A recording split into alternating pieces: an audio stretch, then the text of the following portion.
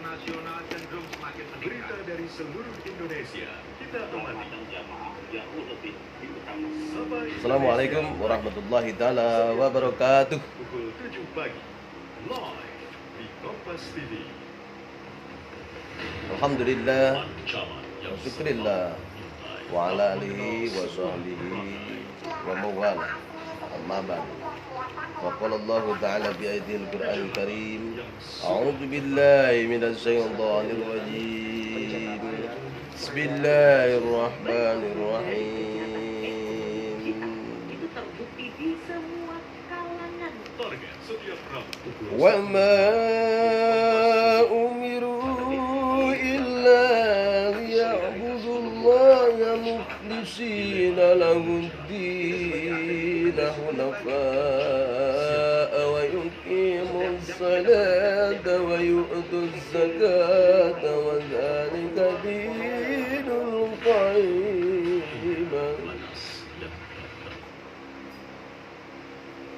Sadaqallahul azim wa sadaqa rasulul azizul karim wa ala dzalika minasy syahidin wasyakirin walhamdulillahi rabbil alamin.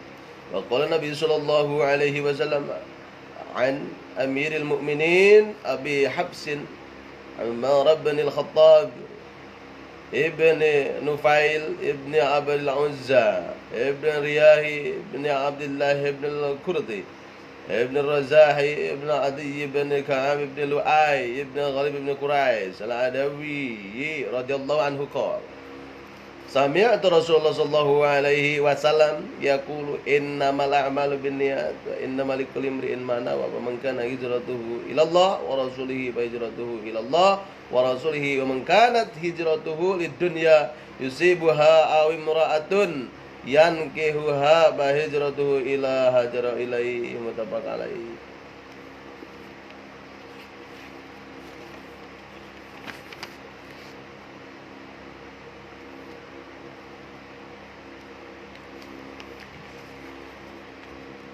Wa qala aidan An Ibnu Hurairah radhiyallahu anhu qala Rasulullah sallallahu alaihi wasallam inna Allah la yanzuru ila ajsamikum wala ila suwarikum walakin yanzuru ila qulubikum. Al hadis sadaqallahul azim wa sadaqa rasulul azizul karim wa ala dzalika minasy syahidin wasyakirin walhamdulillahi rabbil alamin.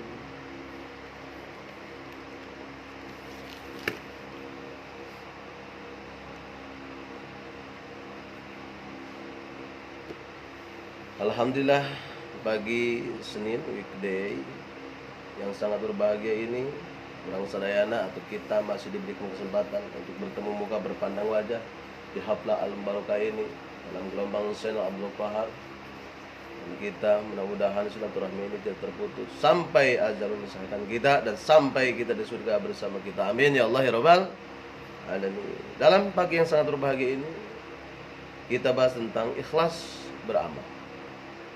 Ya, ikhlas beramal. Niat atau motivasi beramal ya.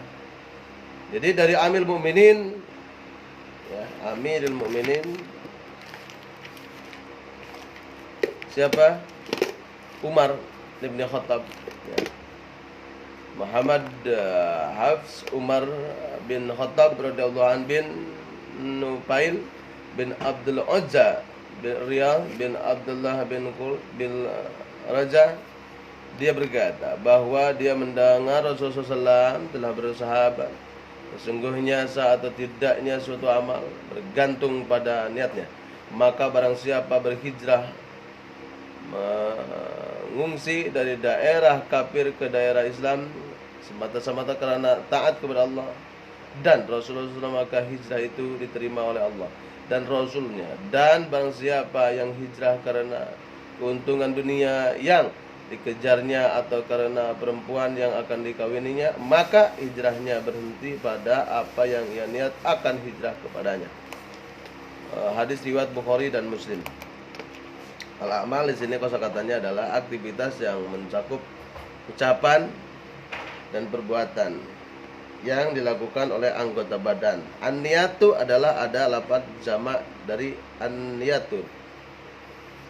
An-niyatu, yakni secara bahasa artinya maksud, dan arti menurut istilah akan dibahas pada penjelasan hadis ini. Innama, kata penguasa, ta'kid dan untuk meringkas taksir. Imri'in, seseorang manusia, al-hijratu adalah meninggalkan suatu tempat, tina hajar, hijrah. Yusibu, mendapatkan atau mencapai. Hadis perawi kita baca. Siapa yang mendapatkan? Umar bin Khattab radhiyallahu bin Nufail bin Abdul Uzza bin Riyah bin Abdul bin Qurs bin Raja bin Adi Ka'ab bin Lu'ay bin Ghalib bin keturunan Quraisy al-Adawi. Jadi dekat sama Rasul bagian Nabi Muhammad SAW ya. Adalah khalifah kedua setelah khalifah pertama Abu Bakar. Umar masuk Islam setelah mendengar adiknya Fatimah membaca Al-Quran. Karena diturunkan Al-Quran itu adalah wa nunazzilu minal Qur'ani ma huwa shifaa'un wa rahmatul lil mu'minin wa la yazidud dhalimina illa khusara. Jadi Al-Quran itu ketika dibacakan saja getar wajilat qulubukum zadatum imana. Jadi ketika dibacakan Al-Quran bagi orang-orang yang iman akan bergetar hatinya dan bertambah keimanannya. Setelah ia masuk Islam, umat Islam berani keluar dari rumah Arqam dan salah dekat Ka'bah dengan dijaga Umar dan Hamzah. Ia memerintah selama 10 tahun 6 bulan. Ya, yaitu dari tahun 13 Hijriah 634 Masehi sampai tahun 23 Hijriah 644 Masehi. Pada masa pemerintahannya hanya sekali negeri yang ditaklukkannya sehingga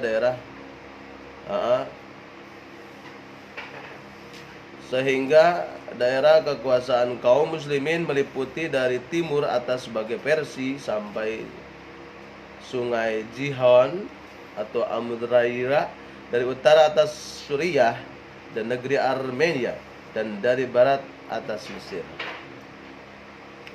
Pada masa pemerintahan dibangun kota-kota besar Islam seperti Fustot, Kuffah, dan Basrah, dan sebagian besar kaum muslimin tinggal di sana. Di antara mereka banyak terdapat sahabat dan banyak pula penduduk non-Arab yang masuk Islam. Mudah-mudahan kita bisa ke sana ya, napak tilas gitu ya, bil barokah, dengan berjumpa atau mencari keridhaan Allah Subhanahu wa taala dan memberikan wawasan dalam bagaimana perjuangan Umar bin Khattab sahabat kita. Pada masa pemerintahan dibangun kota-kota besar Islam seperti tadi Fustot, Kuffah, dan Busrah ya. Selain itu pada masa pemerintahan mulai dipergunakan istilah Amirul Mukminin, artinya emir dari kaum mukmin, Prince of the Khalifah. Ia tinggal jadi Prince of Developers seperti itu ya, keluarga besar ya. Itu panggilan bagi seorang khalifah.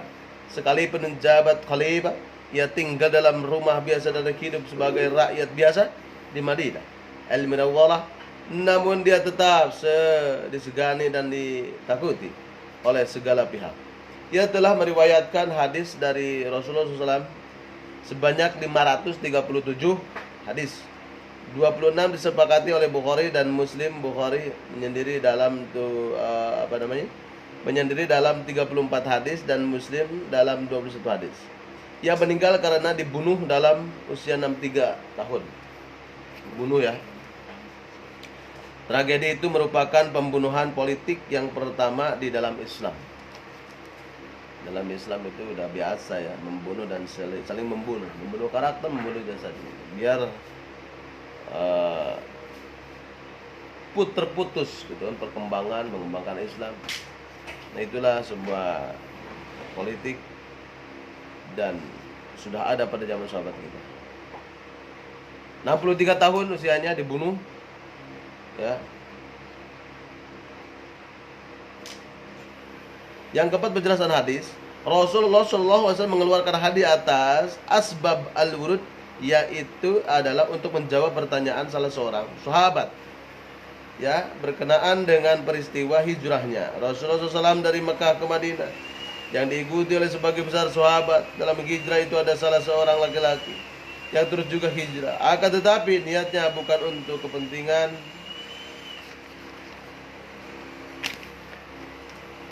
perjalanan kepentingan Islam, melainkan hendak menikahi orang wanita yang bernama Ummu Qais. Ummu Qais ya. Wanita itu rupanya sudah bertekad akan turut hijrah. Sedangkan laki-laki tersebut pada mulanya memilih tinggal di Mekah. Ummu Qais hanya bersedia dikawini di tempat tujuan hijrahnya Rasulullah SAW, yakni Madinah, sehingga laki-laki itu pun ikut hijrah ke Madinah.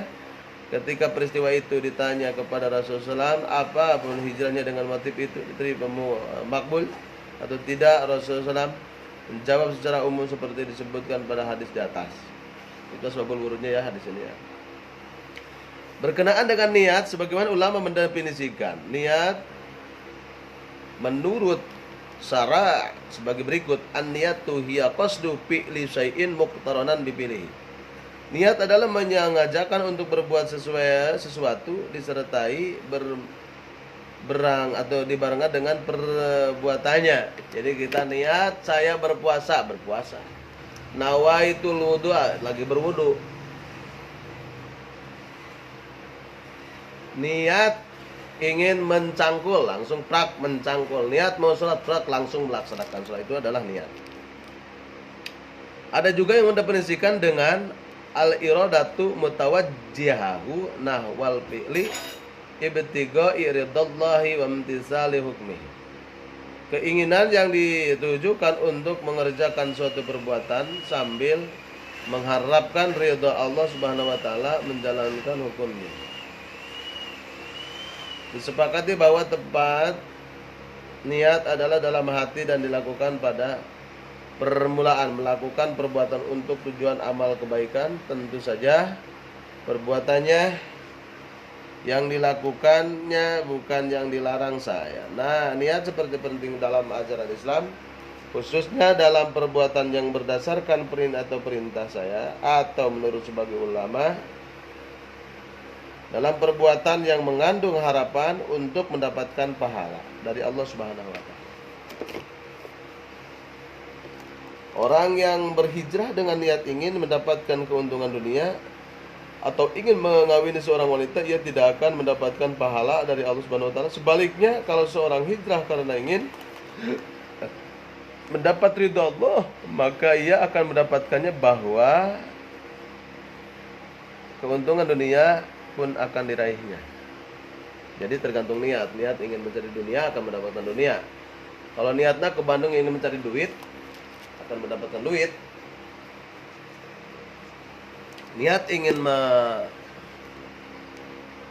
mengawini seorang wanita akan mendapatkan wanita tersebut. Niat karena Allah ingin berjuang dalam agama Allah akan mendapatkan perjuangan. Begitu dalam niatnya. Para ulama telah sepakat bahwa niat sangat penting dalam menentukan sahnya untuk ibadah. Niat termasuk rukun pertama dalam setiap melakukan ibadah. Tidaklah suatu ibadah seperti sholat, zakat, puasa, haji, dan lain-lain bila dilakukannya tanpa niat atau dengan niat yang salah. Niat dalam arti motivasi juga sangat menentukan diterima atau tidaknya suatu amal oleh Allah Subhanahu wa taala. Salat umpamanya yang dianggap sah menurut pandangan syara karena memenuhi berbagai syarat dan rukunnya, belum tentu diterima dan berpahala karena motifnya bukan karena Allah. Salat juga sama.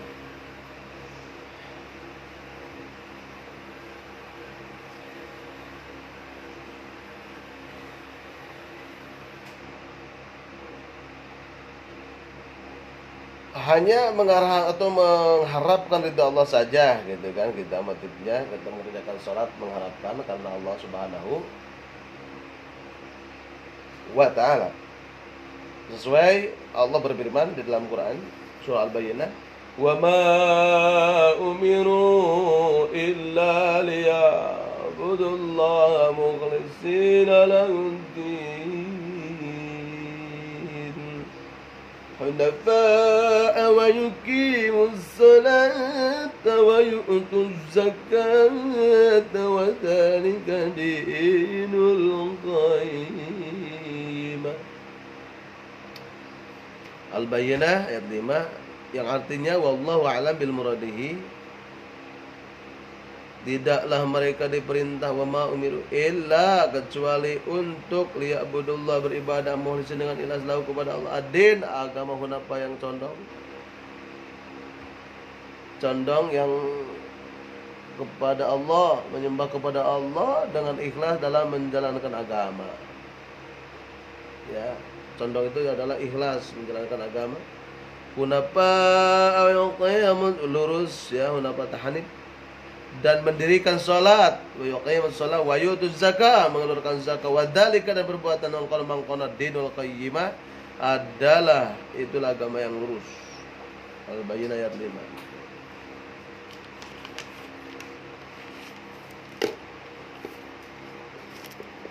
Adapun yang dimaksud ikhlas menurut Sayyid Sabiq dalam buku Islamnya adalah sebagai berikut. Al-ikhlas ayyaqsuda al-insanu biqaulihi wa amalihi wa jihadihi wajhallah wa ibtigha maradatillah min ghairi nazirin ila maghanima aw jahi aw laqabin aw madrin aw taqaddumi aw ta'khul yartafi al-mar'u anna qa'is al-amal wa warada il-akhlas wa yatasilu mubasyaratullah billah. Ikhlas adalah sikap manusia untuk menyengaja dengan perkataan, perbuatan dan jihadnya karena Allah semata dan karena mengharapkan keridhaannya, bukan karena mengharapkan harta, pujian, gelar, sebutan, kemasyhuran dan kemajuan. Amalnya terangkat dari kekurangan dan dari akhlak yang tercela sehingga ia menemukan kesukaan Allah. Jadi tidak ada implikasi selain karena Allah melaksanakan itu. Bikin donat karena Allah bisa. Bikin mobil, bikin semuanya, fasilitas hanyalah untuk bertemu dengan Allah Subhanahu wa taala. Niat atau motivasi itu bertepatan di dalam hati siapapun. Tidak akan mengetahui motivasi apa yang ada dalam hati seorang ketika ia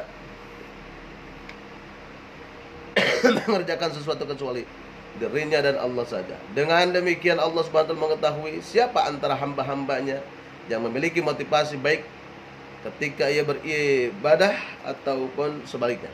Allah Subhanahu wa taala Qul in tukhfu ma fi sudurikum aw tubduhu ya'lamu Allah. Ali Imran. Katakanlah jika kamu sembunyikan atau kamu terangkan apa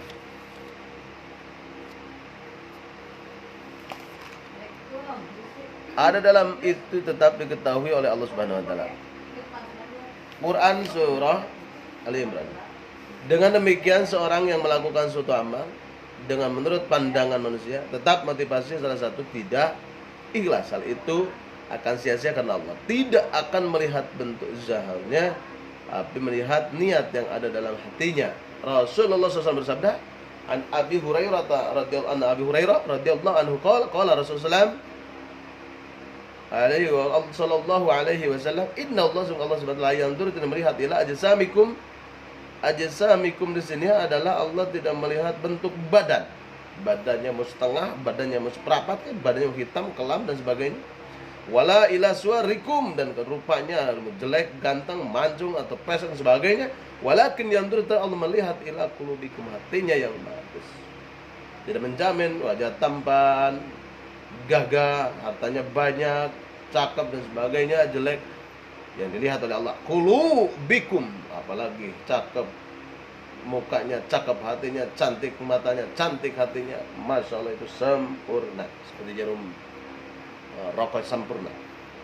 Rawi Muslim dari Abu Hurairah tadi berkata, Rasulullah bersabda, sesungguhnya Allah Subhanahu wa taala tidak melihat bentuk badan rupamu, tapi melihat, memperhatikan niat dan keikhlasan dalam hatimu. Hadis riwayat Muslim. Jadi kita harus ikhlas, bersih. Ngaji ikhlas, bukan karena ingin amplop. Saya ini tidak butuh amplop, yang penting isinya. Itu kan sabab apa? Wala tastadu samanan qalila, haram. Nah, jangan ngaji mengharapkan karena amplop.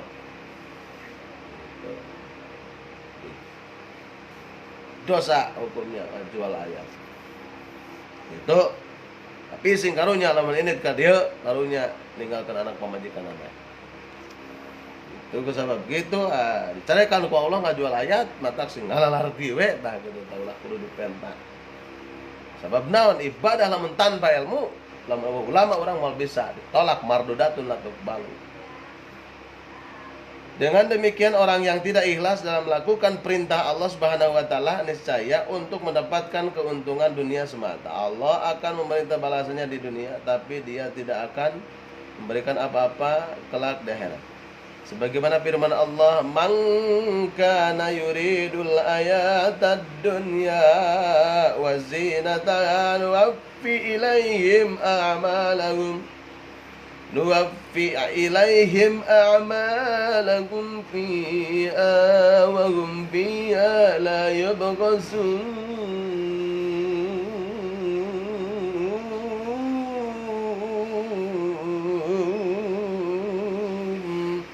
أولئك الذين ليس لهم في الآخرة إلا النار وحبط ما صنعوا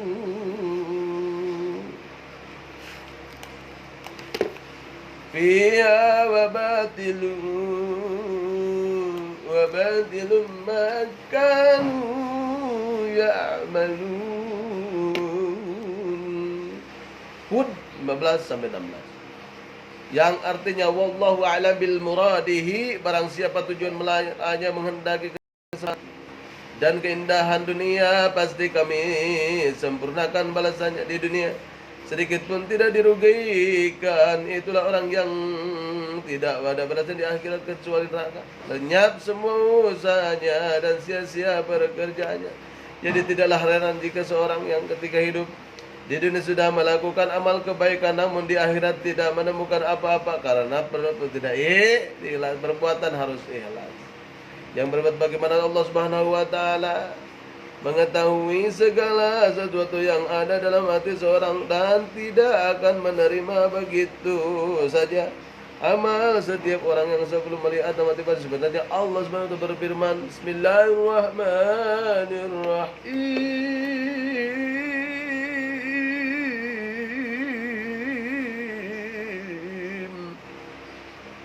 وَقَدِمْنَا إِلَى مَا عَمِلُوا مِنْ عَمَلٍ فَجَعَلْنَاهُ هَبَاءً مَنْثُورًا. Al-Furqan 22. Assalamualaikum, Andi Farm bergabung. Assalamualaikum, sehat, tercapai cita-cita, diberikan anak soleh dan soleha, bisa berbakti kepada kedua orang tua, agama, nusa dan bangsa. Yang artinya Al-Furqan 23. Kami sedikit wa qaddimna ila ma'amilu. Kami selidiki segala amal min amal yang fa'jalnahu haba'am mansura. Yang mereka lakukan lalu kami jadikan dia debu yang bertaburan. Debu bertaburan tadi karena tidak ikhlas. Sedekah yang ikhlas, ngaji yang ikhlas, mencari nafkah yang ikhlas, kerja yang ikhlas, biar mendapatkan balasan kebahagiaan dunia dan akhirat oleh Allah Subhanahu wa taala. Al-Baqarah ayat 265 dan 266. Al-Furqan ya sini. Surah Al-Furqan. Teruskan lagi surah Al-Baqarah. A'udzubillahi minasyaitonir rajim. Wa masalul ladzina yunfikuna amwalahum ibtigha'a mardatillahi wa tasbitan min anfusihim kamasali jannatin birabwatil asaba فآتت أكلها ضعفين فإن لم يصبها وابل فتن والله بما تعملون بصير أيود أحدكم أن تكون له جنة من نخيل وأعناب تجري من تحتها الأنهار له فيها من كل الثمرات وأصابه الكبر وله ذرية ضعفاء فأصابها إعصار فيه نار فاحترقت كذلك يبين الله لكم الآيات لعلكم تتفكرون.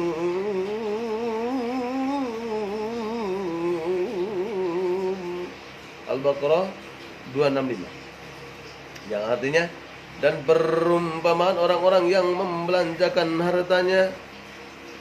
Sini wa huruf apa wa masu alladzina qamariyah yunfiqu ifa nun mati manfa ifa sabawi kun yunfiqun ini belum mudhari yunfiqun mad disukun kalau di akhir kalimat kun amwa madabillahum mub alna al jaidah itu tasqutu bil ibtida wa tasqutu bid darji ada ketika ada kalimat yang hilang ketika di tengah kalimat itu al jaidah maradon marid gering marada jadi dan perumpamaan orang-orang yang membelanjakan hartanya karena mencari keridhaan Allah dan untuk keteguhan jiwa mereka seperti sebuah kebun yang terletak di daratan tinggi yang disiram oleh hujan lebat, maka kebun itu menghasilkan uangnya 2 kali lipat. Jika hujan lebat tidak menyiraminya, maka hujan gerimis pun memadai dan Allah Maha melihat apa yang kamu perbuat. Ada seorang orang di antaramu ingin membeli kebun karena dan anggur yang mengalir di bawahnya sungai-sungai. Dia mempunyai dalam kebun itu segala macam buah-buahan. Kemudian datanglah masa tua pada orang itu, sedang dia mempunyai keturunan yang masih kecil-kecil, maka kebun itu ditiup angin karena yang mengandung api, lalu terbakarlah. Demikianlah Allah merangkakan ayat-ayatnya kepada kamu supaya memikirkanmu. Jadi gitu ya, ayatnya menerangkan bahwasanya kita melakukan harus ikhlas. Wa bil wafatullah bima ta'maluna basir ayyadu ahadukum takuna lahu jannatu min nakhil wa nabin tajri min tahtiha al-anhar qala fi min kulli as-samarati wa asabu al-kibar. Jadi kita harus ikhlas didasari dalam melaksanakan amal. Ya. Ternyata sebagai ulama salaf sebagaimana disebutkan M. Yunan Nasruddin dalam buku Mendangan Hidup 2 tentang niat patut renungkan dan ikhlas itu harus dari hati. Karena rubba amalin sagirin tu zimuhu an-niyatu wa rubba amalin kabir tusgiruhu niyat. Ya, kerap kali amal yang kecil menjadi besar karena baik niatnya, dan seringkali juga amal yang besar menjadi kecil karena salah niatnya. Jadi fikih al-hadis mengatakan niat sangat menentukan sahaya suatu perbuatannya. Syarat dan motivasi sangat menentukannya dari mananya atau diterimanya. Suatu perbuatan ibadah Allah Subhanahu wa taala akan menerima amal ibadah yang diniati keikhlas sertanya mengharap ridha Allah Subhanahu wa taala. Ya. Menjauhi perbuatan riya, syirik kecil dan lain-lain. Ya, besok tentang riya. Buku yang kita bahas soal hadis Aqidah Akhlak yang ditulis oleh Profesor Dr. Haji Rahmat Sapi'i MA. Beliau asli Limbangan. Kita baca dulu yang menuliskan ya. Ini yang menulis buku ini ya. Sekilas tentang penulis di sini. Profesor Dr. Haji Rahmat Syafi'i lahir di Limbangan, Garut pada tanggal 3 Januari 1952 dari Ibu Hajah Siti Maisarah dan ayah Haji O. Zakaria, menambahkan sekolah dasar negeri SDN di Garut tahun 1965, sekolah lanjutan tingkat pertama SLTP Garut tahun 68, MAIN Bandung tahun 69, Layan Sunan Gunung Jati Bandung 72, Al Azhar Kairo tahun 73, 80 Kairo University Jamaiyah Al Qaeda dan Darul Ulum jurusan Syariah Islamiyah tahun 77 79 sampai mengikuti kursus internasional Legal Institute ILI Kairo dan internasional Indonesia dan IAIN Sunan Gunung Jati Bandung 84 gelar Magister S2 diperoleh di IAIN Syarif Hidayatullah Jakarta Sayyidah Jakarta tahun 88 dan Doktor S1 di IAIN Syarif Hidayatullah Jakarta tahun 92 ya, terus S3 bekerja sebagai dosen di IAIN Sunan Gunung Jati Bandung tahun 85 sampai sekarang dan menjabat ketua bidang kajian hukum Islam di Pusat Pengajian Islam dan peranan PPI IAIN Sunan Gunung Jati Bandung. Sampai itu menjadi dosen itu berbagai perguruan antara lain dosen Universitas Islam Bandung Unisba mulai tahun 80 sampai sekarang dosen STI Al Musadadiyah Garut tahun 92 sampai sekarang dekan Fakultas Syariah Pondok Pesantren Suryalaya Tasikmalaya 92 sampai sekarang dosen STI Kasiliwangi 94 dosen STI Al Palah 94 dosen UIK Bogor tahun 88 dosen pasca sarjana INSGD Bandung dan dosen pasca sarjana ilmu hukum Unisbah, menjabat sebagai Kasubag Pendidikan dan Pelatihan tahun 82, sekretaris jurusan PP Fakultas Syariah tahun 84 85 dan staf kompetisi tahun 85. Sejak tahun 99 menjadi pengasuh Pondok Pesantren Al Ihsan Cibiru Hilir Cilenyi Bandung tahun 99 diangkat menjadi asisten direktur pasca sarjana Sunan Gunung Jati Bandung, juga ketua MUI Jabar bidang pengkajian dan pengembangan tahun 2000. Begitu banyak ilmu karena air ilmu nurun ilmu adalah cahaya. Dengan itu yuk kita mencari ilmu, anak-anak kita mencari ilmu agar yarfa'illahu ladina amanu utul ilma darajat. Akan diangkatkan orang-orang yang berilmu dengan ilmunya yang dikaji itu. Mudah-mudahan kita termasuk orang yang berilmu dan ilmu itu diamalkan oleh kita. Amin ya Allah ya Rabbal alamin. Seputar niat dan besok kita menjauhi perbuatan riya syirik kecil ya. Karena riya akan mengganggu perbuatan-perbuatan amal ibadah terhadap kita. Besok kita berjumpa kembali dan di acara gelombang yang sama. Saya Abdul Khabar bersama istri tercinta yang sedang membuat kopi. Jangan lupa ya kopinya kita minum walaupun yang kemarin lemon sedikit pahit, tapi ingat kalau hidupan pahit insya Allah akan manis ke depannya.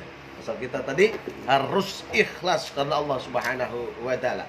Diakhiri dengan selawat bagi Nabi Muhammad SAW. Assalamu alaikum ya Rasulullah. Assalamu alaikum ya habibi ya Rasulullah ya Habiballah. Sekali lagi, kalau ada yang mau umrah, mau haji, daftar ke sini. Di Rancaikek, Jelegong, Komplek Gading Protokol Timur. Bukan pengumuman, tapi kalau ada yang mau melihat ketemu dengan Baitullah, Masjidil Haram dan Masjidil Aqsa, karena Masjidil Haram dan Masjidil Aqsa adalah syiar Allah Subhanahu wa taala, peradaban Islam yang pertama yang dikembangkan oleh baginda Nabi Muhammad SAW. Banyak istri-istri ke sana dan kita labbaik Allahumma labbaik ya ni'mata laka wal mulk la syarika lak. Pergi haji ke Baitullah menjalankan perintah Allah, bertemu Makkah dan kota Madinah. Semoga Allah kabulkan hajat kita, berikan istri cantik bahagia, anak soleh dan soleh bisa berbakti kepada kedua orang tua, agama, nusa dan bangsa. Bahagia sekali ketika kita dikasih harta banyak, seperti Nabi Sulaiman, tapi tidak terganggu dengan harta tersebut. Dikasih iman kuat, istri cantik bagikan bidadari, duit banyak-banyak. Ya, istri saya kalau dari sindiran langsung datang. Alhamdulillah. Ya. Diberikan anak soleh dan soleha, duit 1 lemari, mobil Camry, bahkan Ferrari. Jangan lupa sholat, sayang sama istri kita tercinta, agar memberikan Allah kebahagiaan, rahmat untuk yang ada di rumah dan di mana saja berada. Khudmah sapa wada' makadar, wallahul muwaffiq ila aqwamit thoriq. Wassalamualaikum warahmatullahi taala wabarakatuh.